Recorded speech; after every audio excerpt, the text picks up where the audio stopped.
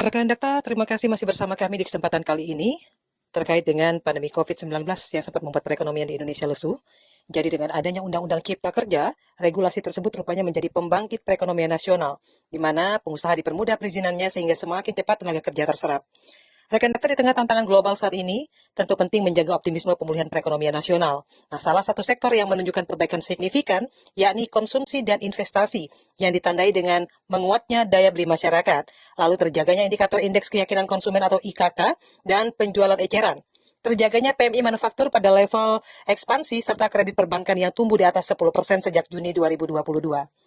Menteri Koordinator Bidang Perekonomian Erlangga Hartarto dalam webinar 100 tahun Eka Cipta Wijaya, Forum Dialog Ekonomi Outlook 2023 mengatakan bahwa Indonesia mampu tumbuh di atas 5% selama 3 kuartal terakhir berkat kerja sama semua pihak. Capaian positif juga turut ditunjukkan sektor eksternal yang ditandai dengan adanya surplus neraca transaksi berjalan dan neraca perdagangan, serta terjaganya cadangan devisa dan rasio utang pada level aman. Nah, rekan Dakta, dengan terbitnya Undang-Undang Cipta Kerja, rupanya investasi akan semakin meningkat, di mana nantinya bisa menjadi trigger untuk peningkatan indikator perekonomian lainnya. Perlu diketahui bahwa mayoritas pengusaha di Indonesia berlevel kecil dan menengah. Ketika UMKM dibantu, tentu saja roda perekonomian akan bisa berjalan kembali. Ini dikarenakan izin usaha UMKM dapat membuat bank dan lembaga peminjam uang mempercayainya untuk memberikan pinjaman modal.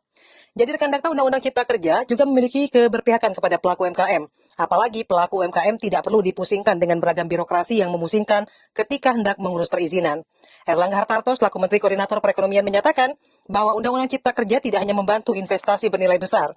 Undang-undang tersebut juga turut membantu menolong pengusaha mikro, kecil, dan menengah, sebab target dari Undang-Undang Cipta Kerja adalah memberdayakan pelaku usaha UMKM, sehingga kontribusi UMKM terhadap PDB akan naik menjadi 65%.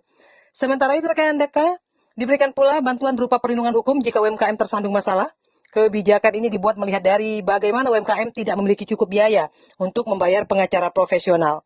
Jadi pemerintah juga mengungkapkan pemberian dukungan kepada UMKM melalui sinergi antara pemerintah pusat, daerah, dan pemegang saham berupa pemberian pendampingan manajemen, anggaran, SDM, hingga sarana dan prasarana.